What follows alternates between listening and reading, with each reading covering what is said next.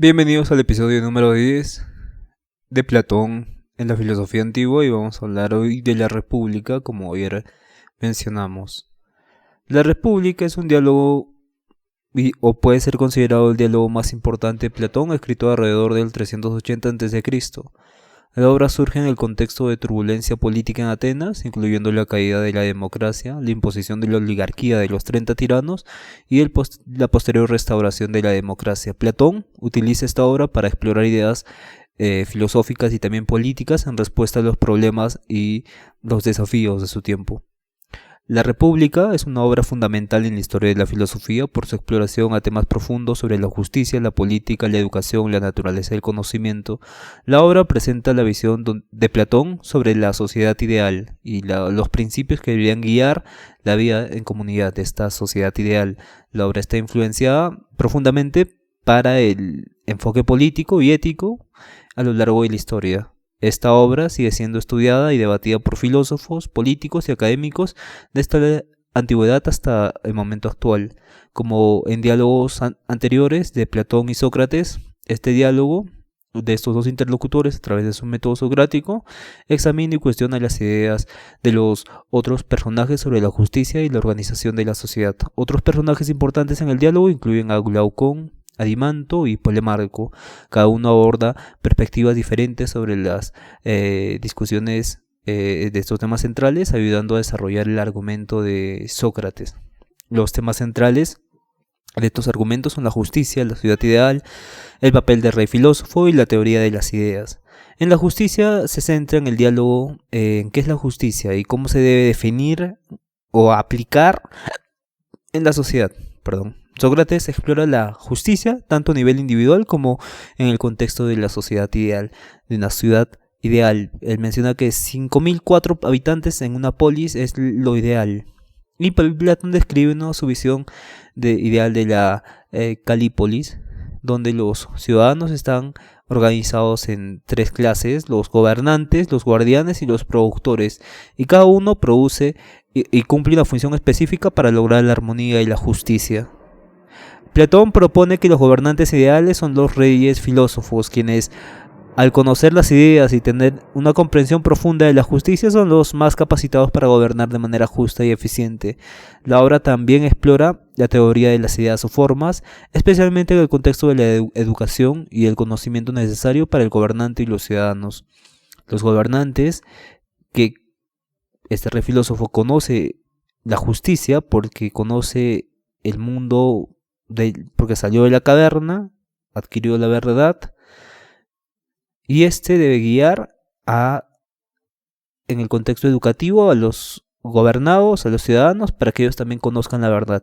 Y así esa sociedad justa sería con el rey filósofo que conoce lo que es la justicia, conoce lo que es verdaderamente la justicia, porque ya no está en el mundo sensible, sino en el mundo de las ideas, puras y perfectas, inmutables, y que lo trae al mundo sensible. Otra discusión, en la primera, y se divide en varias discusiones, ¿no? Son tres discusiones importantes, y vamos a analizarlas más profundamente, pero en la primera discusión abordan la definición de justicia, comenzando con una discusión sobre la concepción popular de justicia, y planteando una idea de una ciudad ideal como marco para entender la justicia. La discusión se centra en la segunda parte sobre la ciudad ideal, el papel de los diferentes grupos sociales, la educación necesaria para alcanzar una sociedad justa, y se exploran temas como la educación de los guardianes y la teoría de las ideas. La tercera parte, los últimos libros del diálogo, abordan la teoría del conocimiento, la alegoría de la caverna, la idea del rey filósofo, protagonizando en la relación entre el conocimiento y la justicia. La República ha tenido un impacto duradero en la filosofía política y ética, donde las ideas de Platón sobre la justicia y la política y la educación han sido estudiadas, debatidas y adaptadas a lo largo de la historia. La obra sigue siendo relevante en el debate contemporáneo sobre la justicia, la política y la educación, y sus ideas han organizado a nivel social y han cumplido un papel en la política con el objeto de reflexión y análisis en los tiempos contemporáneos. Uno de los principales temas de la República es definir la justicia. Platón busca definir dónde no solo se aplica a nivel individual, sino que tiene que ser a nivel de sociedad en su conjunto. Entonces Sócrates comienza cuestionando las cuestiones populares y tradicionales de justicia ofrecidas por personajes como Polemarco, Trasímaco, Céfalo. Y las definiciones iniciales incluyen la justicia como decir la verdad y pagar las deudas, y como lo que beneficia a los más poderosos es lo justo. Cuando tratan de buscar la definición completa y van a la ciudad ideal, para esto Sócrates propone la construcción de una Calípolis, ciudad ideal en la que se puede observar la justicia en acción en un contexto social completo. Y Platón utiliza la ciudad ideal como una analogía para analizar la justicia en el individuo. La justicia en la ciudad se refleja en el equilibrio y la armonía entre las diferentes clases sociales, mientras que la justicia en el individuo se refleja en la armonía entre las diferentes clases o partes del alma. Estas partes del alma cumplen una función y se mantienen en armonía y equilibrio. Y lo mismo pasaría en la ciudad. Desarrollar también la teoría política y social se daría en tres clases sociales, ¿no? Los ciudadanos, los gobernantes, filósofos reyes, los guardianes soldados y los productores, agricultores, artesanos, etc. Cada clase tiene una función específica y construye al bienestar general de la ciudad. Los gobernantes dirigen con sabiduría y justicia, los guardianes protegen la ciudad y defienden sus intereses, y los productores proveen los bienes y servicios necesarios para la vida comunitaria. Platón enfatiza la importancia de la educación para los guardianes y gobernantes, promoviendo una formación que combine el desarrollo intelectual y moral. La educación es esencial para el futuro de los gobernantes, para que estos puedan comprender las ideas y gobernar con justicia. En el caso de la cultura, incluye la censura de las artes y la cultura para garantizar que no se preserven valores y representaciones que construyan al bien común y la formación moral adecuada. No se debe censurar.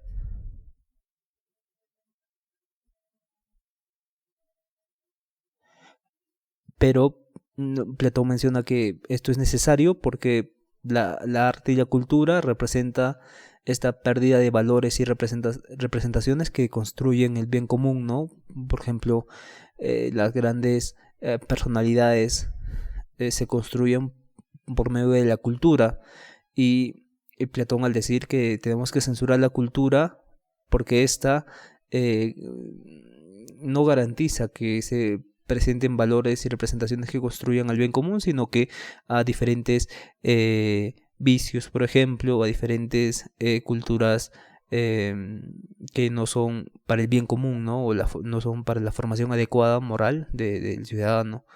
Y esto es muy interesante, ¿no? Por ejemplo, en México se tiene una cultura en las canciones sobre la mafia, ¿no? Y esto es muy interesante cómo la cultura transpolariza y normaliza estas representaciones de valores valores y formas de vida, pero que hacen un mal a la sociedad. Y esto se ve romantizado también por las diferentes películas, series, o en este caso todo lo que incluye a los artes, ¿no? Al arte, la música y demás. Bueno, Platón vio esto, se dio cuenta y dijo: un momento, esto es algo curioso que hay que analizar a profundidad, y por eso censuró las artes y la cultura. Pero también examina la teoría del conocimiento, ¿no? Platón introduce la teoría de las ideas, como mencionamos en el anterior capítulo, para explicar la naturaleza del conocimiento. En la ciudad ideal, la comprensión de las ciudades es crucial para que los gobernantes puedan garantizar con sabiduría. Entonces, la alegoría de la caverna ilustra el proceso de reconocimiento, de conocimiento, y la transición del mundo sensible a la comprensión de las ideas, y representa la lucha por salir de la ignorancia y alcanzar el conocimiento verdadero, ¿no? El gobernante, filósofo, rey gobierna conociendo la verdad, el bien, y esta, por resonancia en la ciudad, se convierte en una ciudad ideal, en esa ciudad perfecta. Y también se menciona que este rey filósofo tiene que tener requisitos, ¿no? Solo aquellos que han alcanzado el conocimiento verdadero de las ideas, especialmente las ideas del bien, están capacitados para gobernar. Los filósofos reyes son los más aptos para dirigir la ciudad porque comprenden las verdades eternas y pueden aplicar estos conocimientos en la toma de decisiones. Platón critica las formas de gobierno existentes como la democracia y la oligarquía y representa o presenta el gobierno de los reyes filósofos como el modelo ideal que supera las definiciones de los sistemas políticos contemporáneos. Platón explora también cómo la justicia y la virtud se relacionan con la estructura del alma humana. La justicia en el individuo se refleja como en la correcta función de las partes del alma, por la razón, el espíritu y el deseo, y que estos están encarnados entre el gobernante, el soldado y el artesano. La virtud se logra como cuando cada parte del alma cumple su función. Entonces esta moralidad que se representa en la sociedad en el individuo también es muy importante y se mantiene en equilibrio similar a como cada clase ideal contribuye al equilibrio social, por así decirlo. También tenemos que hablar de las iniciales de justicia, ¿no? ¿Cuáles han sido las definiciones iniciales de justicia? Tenemos en los diálogos que Céfalo define la justicia, bueno, todos los de los diálogos en la República, define la justicia como la verdad, decir la verdad y pagar los impuestos, o las deudas, mejor dicho, bien dicho. Esta definición se basa en las normas sociales y legales y es representada al individuo en el diálogo. Sin embargo, Sócrates cuestiona esta definición al considerar que en ciertas circunstancias cumplir con esas normas puede no ser justo. Por ejemplo, devolverle un arma a un amigo que está borracho, por ejemplo. Marco ahí ofrece una definición basada en la idea de la justicia, que consiste en hacer el bien a los amigos y el mal a los enemigos. Y Sócrates critica esta definición al argumentar que puede llevar a injusticias, ya que la noción de amigo y enemigo es subjetiva y cambiante, ¿no? Puede ser tu amigo 5 años y al sexto no lo es y no es algo perfecto, por así decirlo. Trasímaco propone que la justicia es algo que beneficia a los más poderosos y a los gobernantes. Según Trasímaco, las leyes y normas se crean en beneficio de quienes están en el poder. Y Sócrates cuestiona esta definición al señalar que puede llevar a la explotación y la corrupción, ya que lo que los poderosos consideran justo puede no serlo objetivamente. Y tenemos que entender el contexto, ¿no? En filosofía de la historia vimos antes cómo se tiene que analizar desde el mismo contexto de Trasímaco, ¿no? Nosotros podemos pensar que beneficiar a los poderosos o a los gobernantes está mal, pero se puede transpolarizar esto como que nosotros, digamos, hay que apoyar a las grandes corporaciones porque ellas nos van a dar trabajo, por así decirlo. Y en esta analogía ha podido responder Sócrates que esto no sería objetivo, ya que los poderosos ellos deciden qué es lo justo y al decidir qué es lo justo se hace de manera subjetiva y se olvida de la objetividad de los que no son poderosos, en este caso los ciudadanos. También tenemos que hablar de la ciudad ideal. Sócrates propone la construcción de una ciudad ideal donde la justicia se puede observar en su máxima expresión. La idea es examinar cómo la justicia se manifiesta en una sociedad perfectamente organizada para entender cómo se aplica en el individuo. En la ciudad ideal hay 3 clases, mencionamos antes, los gobernantes, guardianes y productores, y cada clase tiene una función específica y contribuye al bienestar general de la sociedad. Entonces la justicia se define en la ciudad ideal como el cumplimiento adecuado de las funciones de cada clase desempeñada. Y esto es muy interesante, ¿no? Porque esta sociedad ideal, si la llevamos a los tiempos actuales, podemos ver al enfoque comparativo, podemos ver que en muchas sociedades los soldados son los que dominan. Y en otras ciudades también vemos que los productores ya también son los que dominan. Hablamos del socialismo, ¿no? Y hablamos de las monarquías, ¿no? De las monarquías militares también que se dan. Pero jamás vemos a filósofos o reyes, ¿no? Bueno, sí se da en el siglo XVI y nos mencionaría Platón que esto sería la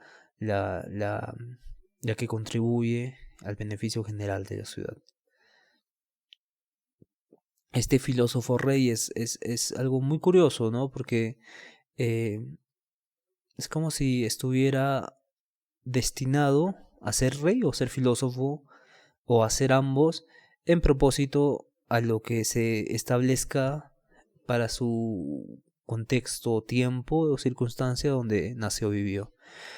Bueno, la justicia se define en la sociedad ideal como el cumplimiento adecuado de las funciones de cada clase desempeñada, y la justicia se logra cuando cada clase realiza su tarea sin intervenir en las funciones de otras clases.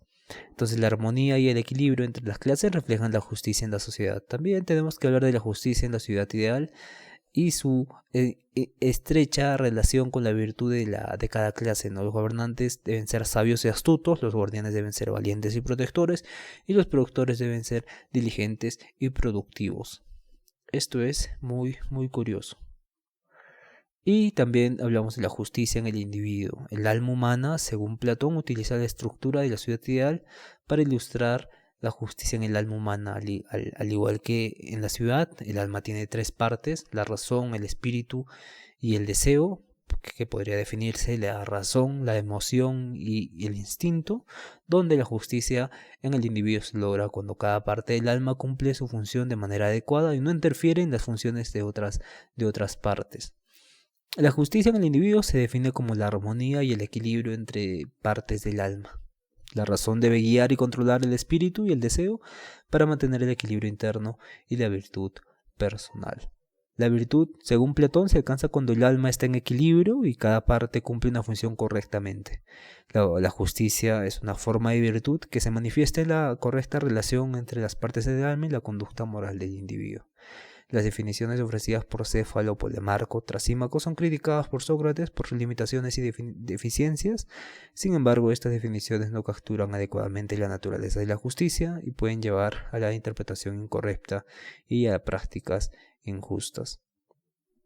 Y también existe en esta obra La República una guía donde de diálogo me refiero, donde Sócrates, siendo el personaje principal y el gran intelectual de la obra, atraviesa preguntas y respuestas y dirige la discusión y explora los temas fundamentales que son justicia, política y filosofía, ¿no? Utiliza el método socrático para cuestionar las definiciones y opiniones de otros personajes, desafiando así sus ideas y llevando la conversación hacia una comprensión más profunda. Y este método consiste en hacer preguntas, estimular el pensamiento crítico y llegar a conclusiones más refinadas. Sócrates entonces busca esta definición de justicia que sea universal y aplicable tanto a nivel individual como social, y su enfoque se centra en la obtención del conocimiento verdadero y la búsqueda de una visión ideal de la justicia y la política. Céfalo es uno de los primeros personajes que ofrece una definición de justicia. Su perspectiva es una de las primeras que Sócrates cuestiona. Céfalo define la justicia como decir la verdad y pagar deudas.